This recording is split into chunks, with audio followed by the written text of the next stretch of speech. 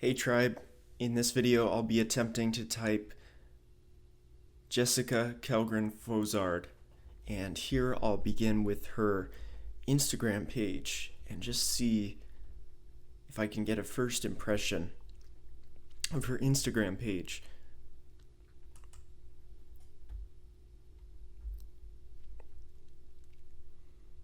Jessica counts herself part of the disabled community. I think primarily because she is deaf. She wears hearing aids, special hearing aids, and she reads lips, and she's fluent in sign language. Already I'm seeing that her Instagram looks like a scrapbook, and it's really nice and really well done. She has put so much work into this Instagram page, and then her YouTube, it also looks like she's put a massive amount of work, time into the YouTube, making it very professional, something that gets, averaging 100,000 views on each video is really an amazing accomplishment. You can see she's a lot of her videos contain her and her wife Claudia. You just put Walter move. 1, 2, 3, Walter, you've been your freaking. Hello, lovely people. Hi. Oh my goodness, today Rupert is 3 weeks. No, he's not. God, I'm glad you been keeping track. Oh my god. Today, Wow. Rupert is 8 weeks old. Rupert is currently under his Mamari mobile. Yes, he's under his mobile Right over next to us. So you might hear him Hi, darling. chirp away. We've had to open a window so that the wind blows the Minari and that keeps him entertained. Otherwise he just shouts until we push it. So that was thinking from Claudia. We need to open the window, otherwise he'll just shout until we push it. So that's a if-then statement. And Jessica's just giggling. The wonderful thing about this mobile is that it keeps him entertained for a very long time. Yeah, he was under it for about an hour yesterday. The longest And I was like, I'm going to have to take hour. him away from it. I'm going to get overstimulated by the black and white card. I don't Let's know. see. Okay, so Thank you so much to all of you who've sent so many amazing well wishes and wanted to know so much about Rupert and how he's been doing in the 8 weeks that I have been semi-off. Well, I have been off. I've been on my maternity leave. yeah.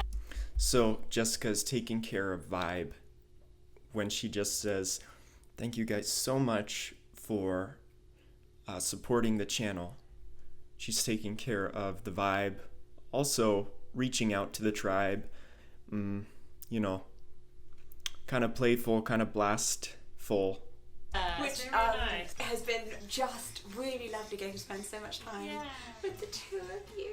I think he's getting bored of me now. It's been like not even it's been like 5 days I've of me been- being back at work. Jessica used to do all the nappy changes pretty much. And not because I don't want to, just so that her way of connecting and being with him. And now I do them. He's like, where's my mama? You're like not as fun. I apparently don't do the routine the right way. I don't sign the right way. I don't enunciate like nappy change in the right way. And he's like, oh. So one of the questions that I So Claudia is the biological mother of their baby Rupert, which I've gathered from watching their channel. And so just to let you in on why that's funny is because Claudia's the mom. so it's funny because the baby is sort of responding better to Jessica, who's not Rupert's biological mom. she came up a lot because I asked her questions about what would you guys. So let's see what she typed here on her Instagram. She said, this Friday, Rupert will be 8 weeks old. I know, where does the time go? So we're celebrating with a Q&A video answering all of your burning questions about our first few weeks of motherhood. What's been great, the things we found tricky, can't live without, items, and the multitude of things we didn't use from the hospital bag. Pop your questions in the comments below and we'll see you in the video on Friday. So that is thinking about the tribe. She's talking about Rupert. saying we're celebrating, and asking for the tribe to give some comments. This sounds to me slightly more DE. If you'd like to know about the first 8 weeks of Rupert's life, over on our Instagram at Jessie and Claude, which you can go follow, there's a link down in the description. Oh sorry, you're just staring at me. Can you tell bits of Rupert's personality already? And we definitely can. One of the things is that he loves routine. My goodness. Yes. That child is absolutely obsessed I think with things following a pattern. I think all babies and children Yes. and humans generally like routine, really. I mean, I think you're just saying... I like as a routine. person. I like to know what's going to happen. We both, as people, are very much into routines. Yes, I'm a little bit like militant about mine. Like mine is like, to Jessica it's like a routine. Mine's like a strict schedule. Like Yes. it come 9 a.m. I'm like, we should be in the car on the way to the park now.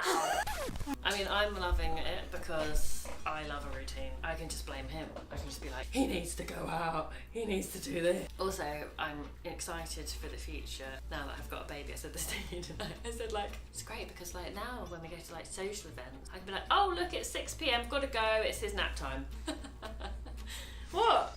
She's delighted. She's like, yes, freedom from social engagement. Well, I used to hope that I could use you as my excuse and be like, Jessica's very tired and needs to go home now. Jessica needs her medication, but you just go, shh, I'm enjoying myself, and just keep chatting, and I'm like, oh. Yeah, look at her. She married a disabled woman thinking it was her excuse. But no, unfortunately, she found an extroverted one. Now, somewhere that is... From that clip, I gather that Jessica really is more extroverted. The reason why I think that's not liar words, as Dave and Shan sometimes bring up. People will lie.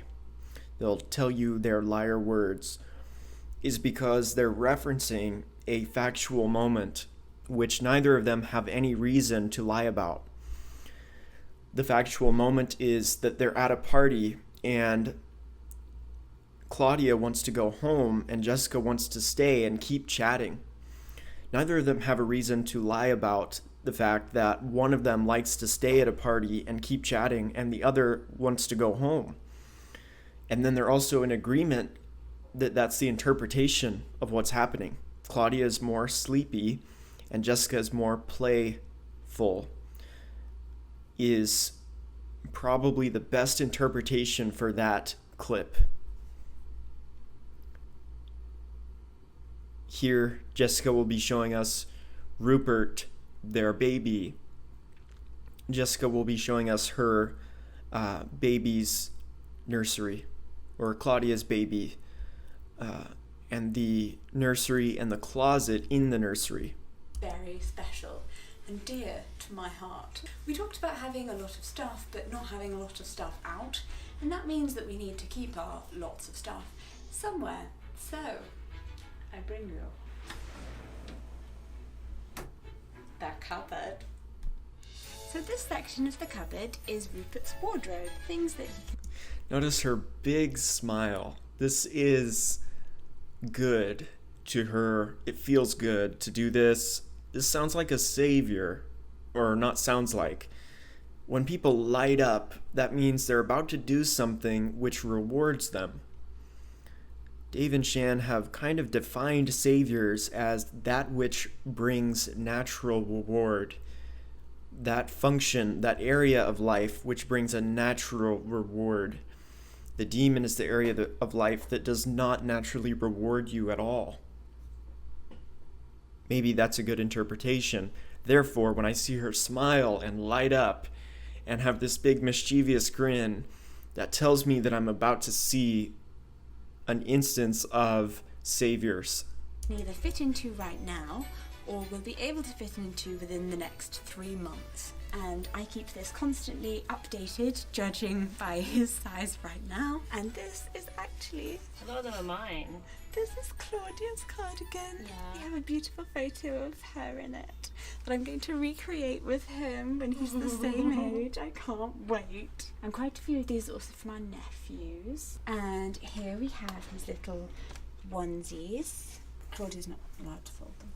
I'm not, yeah, she's very particular about this. She comes in here You periodically. can tell the ones Claudia folded. And then down here we have bottoms. And then in here we have... If this is not Savior Organized, what is Savior Organized? You know? have accessories like bonnets and bibs. And then in here we have some blankets. And then obviously we've got really cute Obviously tiny shoes. shoes. I mean, you can't wear them yet, but we have them at the ready. Here are all the, yes, we're waiting for that warm weather. Yes. It being summer. It's been very grey and miserable. Goodness sake.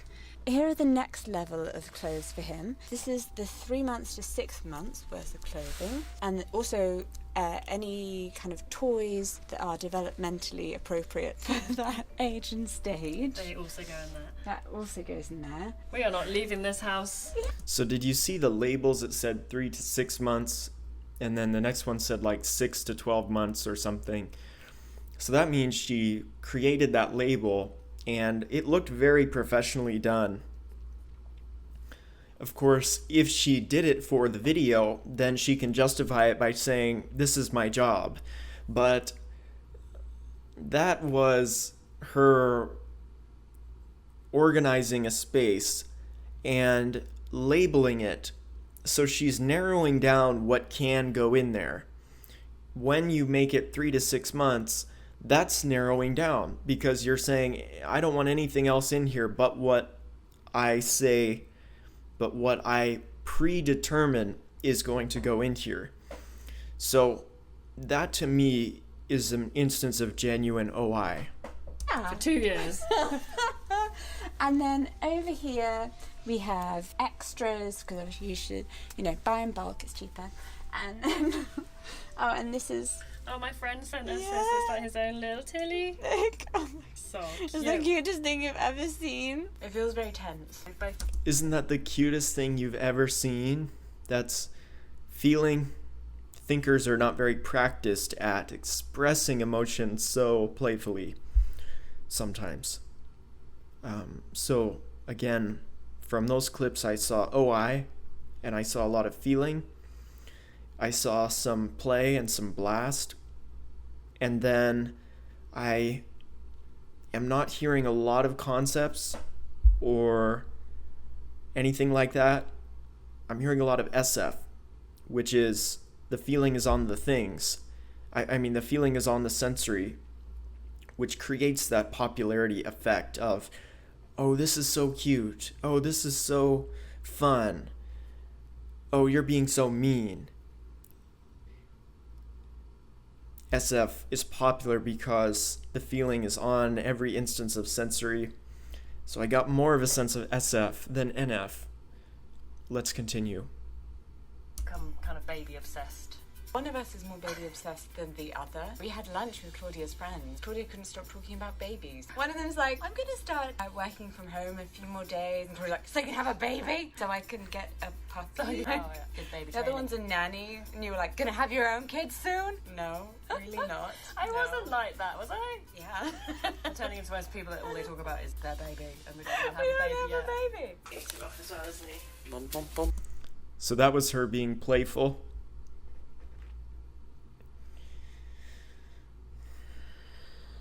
Could Playlast do that? I think it would be hard for Playlast to do that really well. And then I'm also seeing other instances of play that was also SF. It was popular girl stuff. It was almost ESFP like what she was just doing there. Boom, boom. Boom, boom, boom. Oh, look, space to walk. Excellent. Excellent. Hello, you two. What are you up to? Huh? Nothing? Something. Always something with you two. Life is hard, isn't it, Watty? Oh no, Tilly has taken the piece of cardboard. Ah. Okay, how about I split the cardboard in half, and then everyone gets a piece of cardboard. Yay! Cardboard. Something is happening again in the kitchen. What is it? What could it be? That sounded like DE. Now everyone gets a piece of cardboard. That's fairness, equality.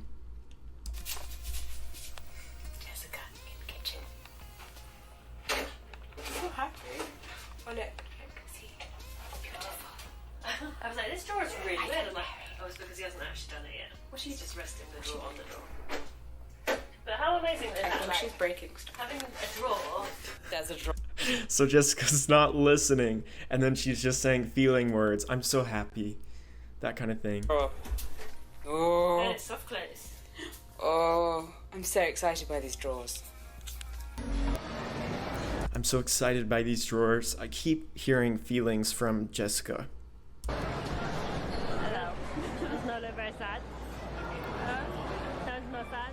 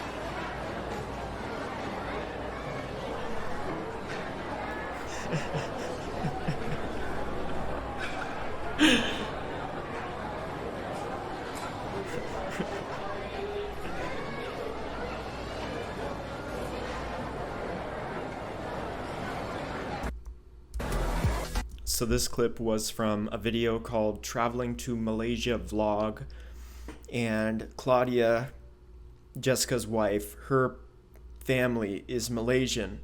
So they went to Malaysia to meet Claudia's family. And of course, they discussed how it might be awkward seeing as Malaysian culture maybe does not accept them being a same-sex couple. They discussed that, and then in this clip that I just showed, Claudia's explaining that she was upset, she was crying, and she was explaining with sign language that she didn't understand what was going on. And to me, that sounded like a single observer difficulty, because she was having trouble with the observations. She's saying, I don't understand where we are. I don't understand what's going on. I don't see what they're saying. It's going over my head. And that sounds more like demon intuition. And why was she crying? I think maybe because Claudia's family matters to her, and Jessica so badly wants to make a good impression, because I think Jessica really is she's great at play, and she wants that to be seen. She wants other people to see how good she is at play. But the problem is there's the language barrier, the cultural barrier, and then Jessica has hearing loss. I'm not sure to what extent in both ears. And then I think Jessica's left eye is partially disabled. So that was just a really tough moment for Jessica, where she's trying her best to make a good impression, but she was struggling, and that just had her upset and frustrated. And so I take that as single observer at the very least, and then demon intuition is what it seemed like to me, especially since I have only seen SF up to this point.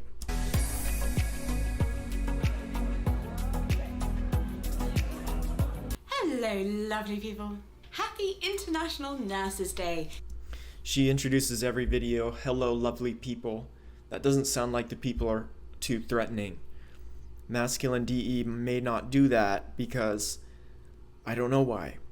The masculine DE they seem more on their guard, and so when you show vulnerability or something that makes them uncomfortable, maybe.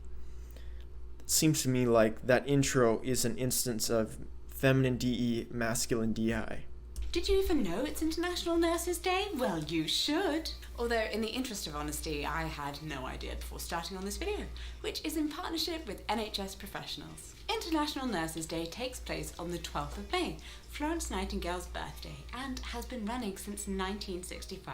This year marks 200 years since Florence was born and has thus been designated by the World Health Organization as the first ever global year of the nurse and midwife. Particularly prescient considering the times we're in. The pandemic has emphasised to us all just how vital our medics are, reminding those of us in Britain how much we love our NHS, and nurses and midwives actually make up the largest numbers of NHS workforce. So, to celebrate those highly skilled, multifaceted and diverse professionals, I thought I'd try my hand at recreating some vintage nurses' outfits from the last 200 years, whilst running through the history of nurses' uniforms in the UK. Side note, this is International Nurses' Day, so if you're from outside the UK, let me know what nurses' uniforms look like in your country in the comments below. I bet the differences we see around the world are going to be very interesting. And speaking of international, 18% of nurses in the UK are non-British nationals, which is really significant for me because if it weren't for the opportunities to travel that the nursing profession provides, neither my wife nor I would even exist. My nana Thelma was a nurse in the 1930s at the Boston Children's Hospital in the US state of Massachusetts, but at the outbreak of the Second World War she enlisted and was sent to the European battlefields, where she fell in love across an operating table with my papa, who was a surgeon with the British Army. They got married just a few weeks after they met in secret because service women weren't allowed to get married, gasp, and then settled in England after the war. It wasn't until Florence Nightingale, a nurse from a wealthy and well-connected but liberal family, reorganised the care of wounded soldiers during the Crimean War in 1854 that public opinion of nursing as a profession changed. It had previously been the job of camp followers, generally wives and prostitutes, to care for the wounded with whatever primitive means they could. Florence insisted that conditions for the injured were killing men just as fast as the enemy and demanded clean bandages and bedding, fresh air, nourishing food and trained professionals to care for them. Through her actions showing that attending to the wounded, while there was still a chance of actually treating them, could make a difference, she saved countless lives and changed how war wounded were seen.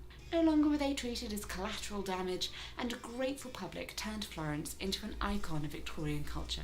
She believed that nursing is a very special type of job that takes a very special type of person. She wrote, "Nursing is an art, and if it is to be made an art, it requires an exclusive devotion, as hard a preparation as any painter's or sculptor's work. For what is the having to do with dead canvas or dead marble compared with having to do with a living body, the temple of God's Spirit? It is one of the fine arts."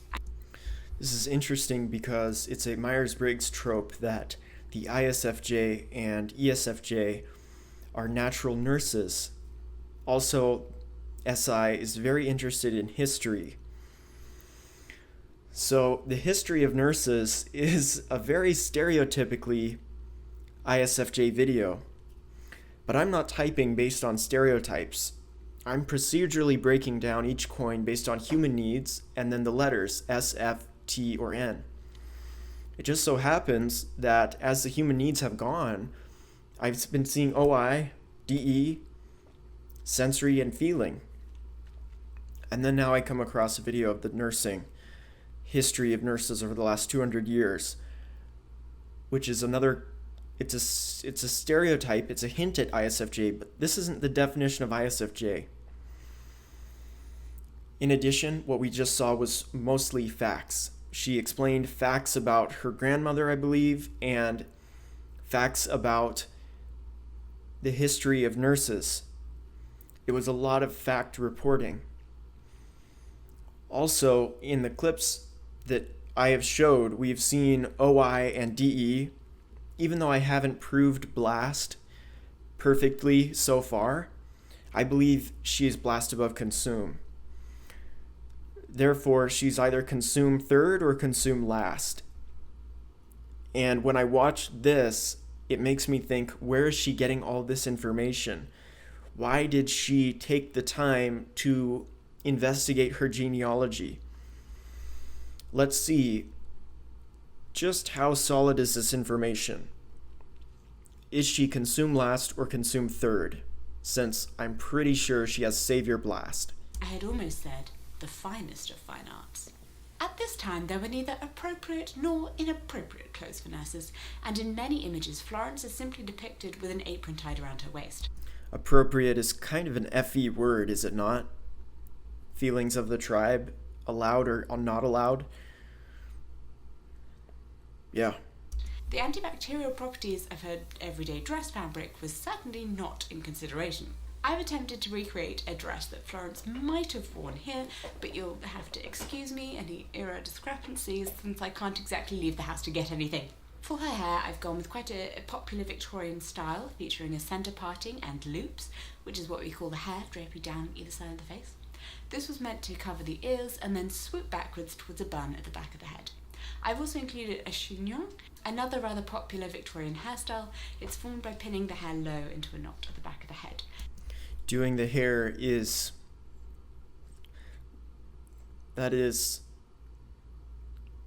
keeping up with the sensory, and then she's also giving the sensory term for what that hairstyle is called. This is a lot of fact power. She's good at facts. Typically at the nape of the neck. Braids were worn in the Victorian era by most women who had long straight hair, so I've included them here. If you'd like to see a tutorial for this look in more detail, then you can find it on my Instagram, where you will eventually see all of this video's looks. Makeup is, of course, incredibly light, practically non-existent. I had to draw in my eyebrows more though, because they're not very big by themselves. Or real. Florence went on to found a nursing school, and it was one of her students, Euphemia van Rensselaer, who created the first ever nurse's uniform, although nurses had already begun to wear lighter coloured gowns with white aprons and caps to indicate that they were nurses. It was important to have a professional uniform that distinguished trained nurses from those who were not. This consisted of a floor-length, high-collared dress, a long apron, and a frilly cap. The cap was a departure from previous looks that more closely aped a nun's veil. There were no rules about types of fabric, so different hospitals had different styles, but all used colour in some way to mark rank and experience within the nurses. Bonnets or caps were particularly important as they held back the women's long hair. Women of this time period were known for having extremely long hair, and the most popular hairstyle at this time was the Gibson girl, where hair was piled on top of the head. Make sure you're following me on Instagram, keep an eye out for So, how is it that Consume Last wants to share information that they have gathered? I really wanted to make her consume last, but I think the amount of info she has in some of her videos indicate that she might be info dominant, because in order to get all that information, you have to do a deep dive. And it's hard for Consume Last to do those deep dives. Therefore, they would prefer to just do energy videos. Maybe there are lots of exceptions of Consume Last sharing their info that they have managed to scrape together, but there are other videos like this of Jessica where she shares depth of information on pirates, nurses, the history of pirates, the history of nurses, and medical subjects, where she does deep dives over and over again. I think that her content is evidence that she is not Consume Last. GTV tutorial on this look coming soon. Initially, they hunted the pigs and cattle roaming the island, which they smoked over a wooden barbecue called boucan, earning them the name buccaneers. They would also sell the hides and meat to passing ships. The Spanish government worked hard to wipe out the buccaneers by destroying the animals they hunted, but this just made the men turn to piracy in a desperate attempt to survive, because, it's what happens when you make stupid plans, Spanish government, people steal your gold. Eventually, this persecution even forced the men off the island and onto the much smaller and barren but more defensible island of Tortuga off the north coast of Hispaniola, which is the one they go to in Pirates of the Caribbean. Look at that, coming full circle. Tortuga was split between French and English colonies, which was excellent because they both hated the Spanish too. I mean, they were less keen on the buccaneers' more homosocial aspects, however. The gay sex. They didn't like the gay sex. I mean, don't worry though, the French had a plan for that. So Governor Jean-Luc Vasseur arranged for up to 1,650 female prostitutes and petty criminals to be shipped from Paris to the island. Genius plan, well done. To which the buccaneers said, okay. And continued their romps together and, their happy little lives that they had created in their little homesteads. I mean, now occasionally accented by women. So here we have a new pirate community that had to start its own society with new standards and principles like universal healthcare. Do we want that? Well, being a pirate is generally pretty dangerous, so yeah.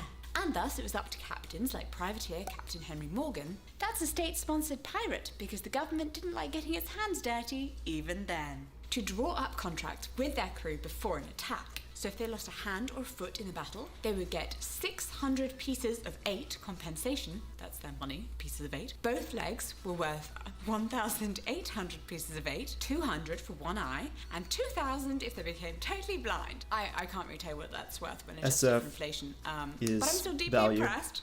Oh, and did they want to have gay marriage? Well, a large number of them were already living in same-sex monogamous pairings, so yeah, let's gay up this pirate ship. I've seen a change as well. She's very playful when giving that information. Where is she getting all that information? That was a lot of facts. Here she is with, I believe, Molly Björk, who is a blind YouTuber with also a very large following, talking to her about what it means to have a YouTube channel dedicated towards certain disabilities, and talking about what it's like just to be disabled in general. Just in the way that people kind of absorb information, and also the language. I didn't have the language even to describe myself, my life, and what I was going through. And I didn't even know that chronic illness was a term until I started posting on YouTube and on Instagram and kind of found the chronic illness community. And that has been... So she started posting first, then she gathered new information. So rewarding for me and such a big lifeline. And I just think it's one thing we don't talk about enough when it comes to social media, are the real benefits of it. When I was a teenager, I was bedbound and I didn't have a lot of friends and I didn't really have anyone to connect with who was like me. I couldn't really watch TV and see anyone who was like me, and we still can't. I mean, disabled people in the UK, right, are 20% of the population, but we're only 5% of characters on TV. Sensory. Well, that's bigger than the States. We're less than 2% in the States on TV. So I always say the same. Like, I feel like people always poo-poo social media and the internet is this bad negative thing, which is why I always say to people, you give power with a follow. Follow really strategically. Follow really thoughtfully. Not only are you giving power to the people that you follow, but you're giving them power in your own life to influence you. And if you're scrolling on Instagram and you're seeing somebody who's consistently making you feel bad about yourself or your life, unfollow them. I also People, power, influence, feel bad.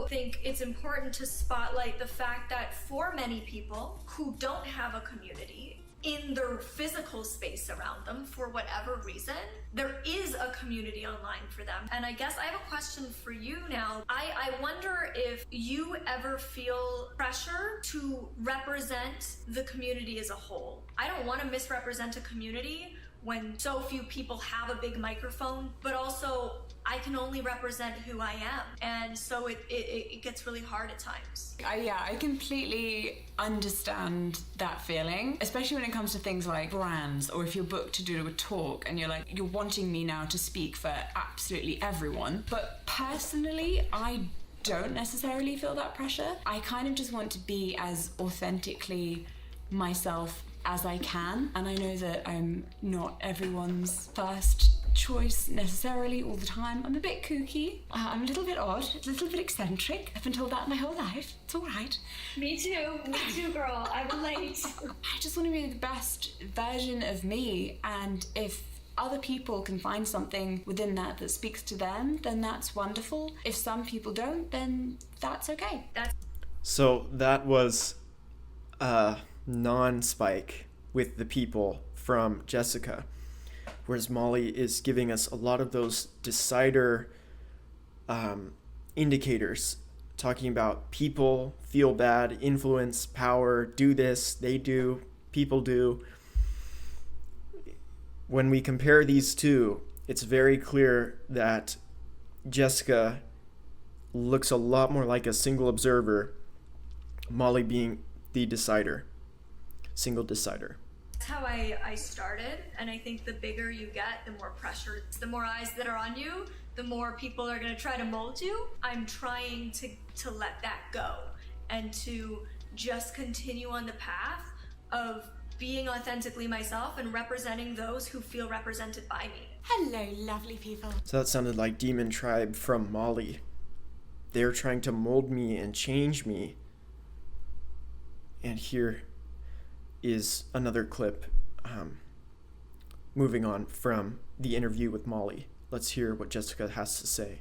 Welcome to my thesis on why the Free Britney movement is a disability rights issue and why we really, really need to be talking about this seriously and paying attention. What is conservatorship? You might not have heard of such a thing as conservatorship or guardianship before Britney, especially if you don't have a close knowledge of disability or mental health issues. It's a legal proceeding in which someone, usually a family member, is chosen by the court to make legal decisions for the person. The reasons for this can vary, but they're generally used to help people with documented disability who are determined by a judge to be considered too vulnerable to care for or make decisions for themselves. This isn't care in a physical sense. Someone who's quadriplegic might not be able to wash and dress themselves, but they likely still have the capacity to make responsible choices. They may have a proxy who signs things for them, but legally they're not at risk of guardianship. I paralysed both of my arms when I was 17. I say I, but obviously I didn't do it. My weird genetic nerve condition did.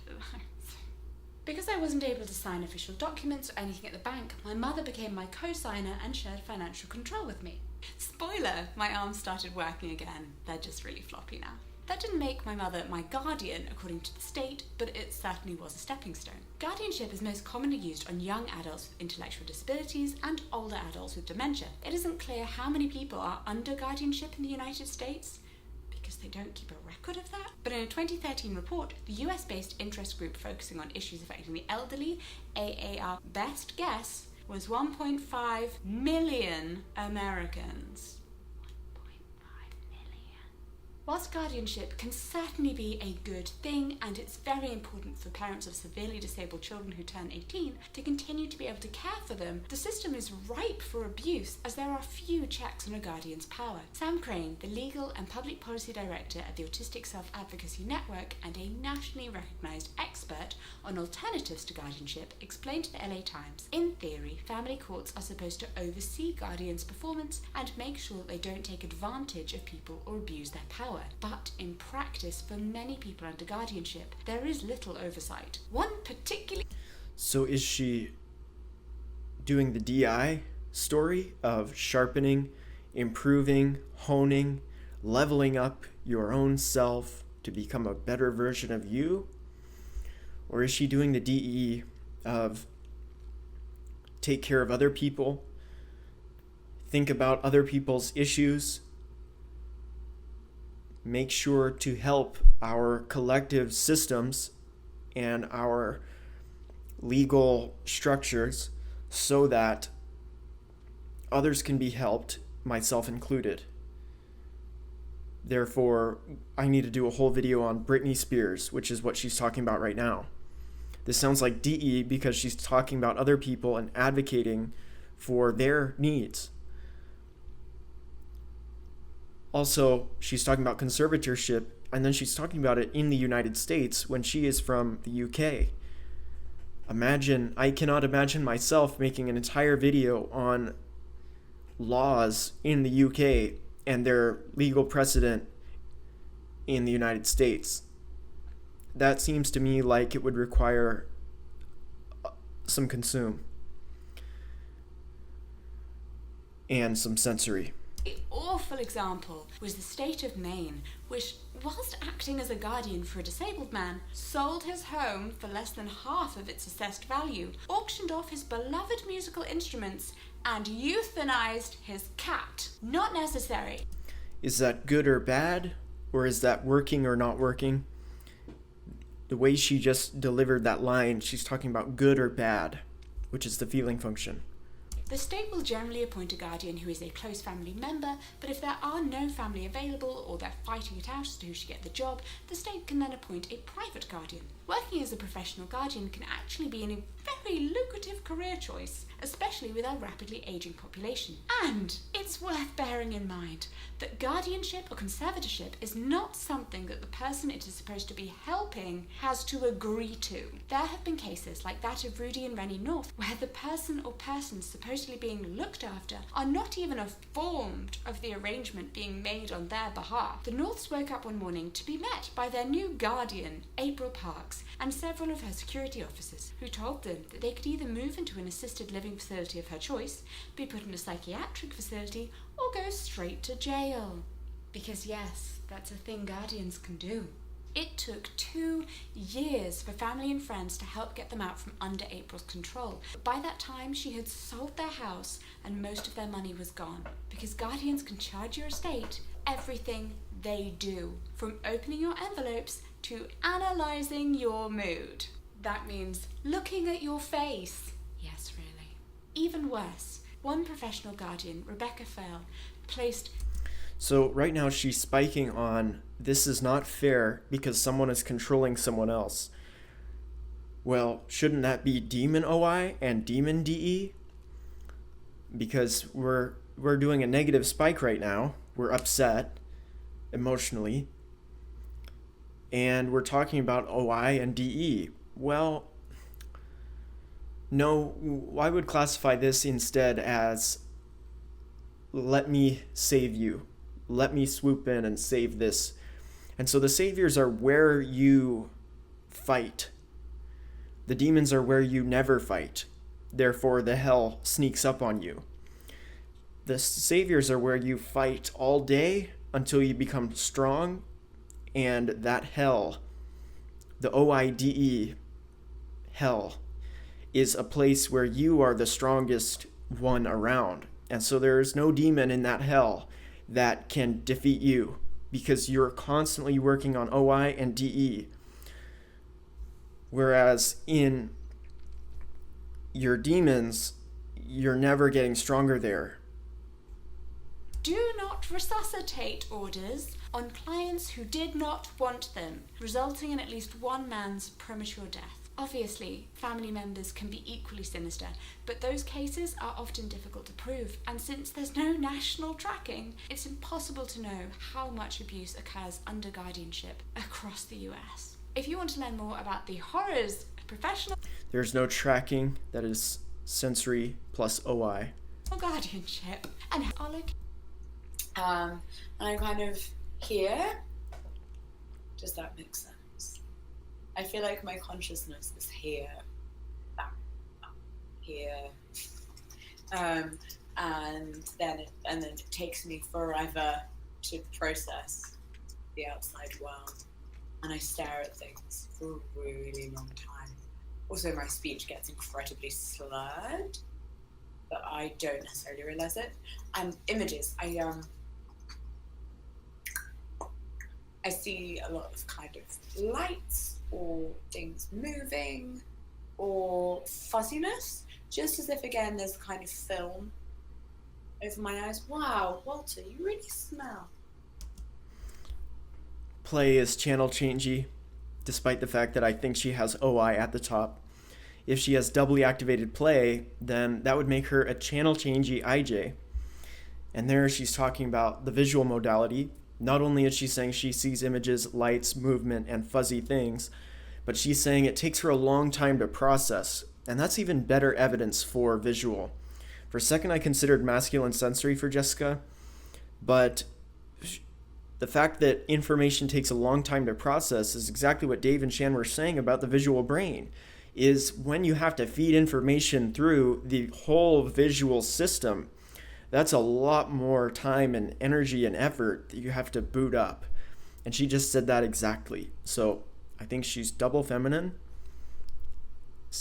observer, sensor, OI, feeler, DE, blast, play, not consume last. Even though she does a lot of owie reporting in a lot of her videos, talking about her illnesses, her genetic defects, things of that nature. Those are very severe though. And, you know, when you have severe illness, that's a whole different thing. The reason why sleep is OWI reporting is because they are trying to do less play. So they want to make it clear when they're feeling bad so that other people don't make any mistake in assuming that they want to play. They're warning other people that I know everyone wants me to play. Everyone in my life wants me to play all the time. But I'm telling you, I feel slightly ill because I need my sleep time. That seems to be the sleep logic behind OWI reporting. It's like a warning.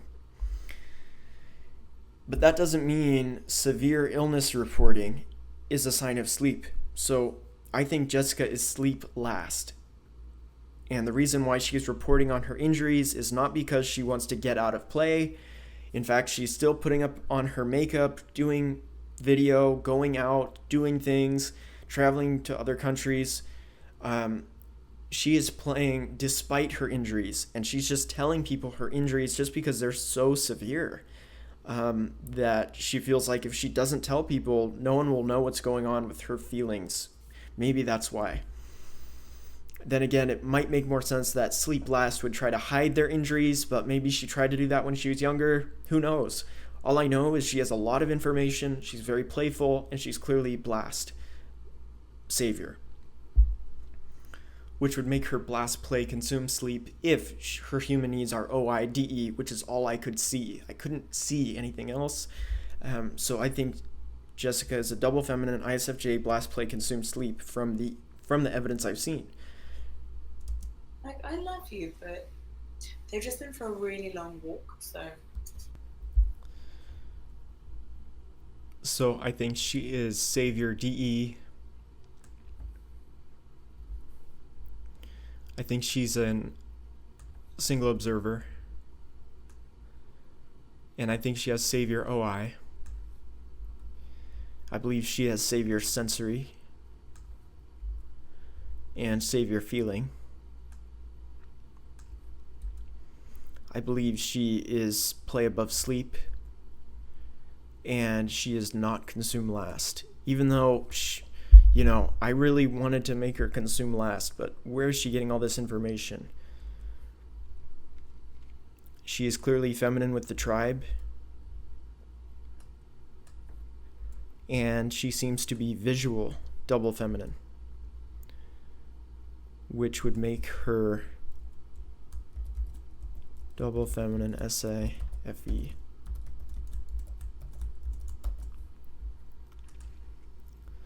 So that concludes me typing Jessica Fozard. I made this video prior to Dave and Shan releasing their type, and I also did not look at the hint to come to this type. I think Dave and Shan are going to get the same type as me because I really did find every coin with really not much doubt. But maybe they got some coins wrong, or maybe I misread some of this evidence. But I did my best to find evidence that was solid and directly tied to the coins themselves.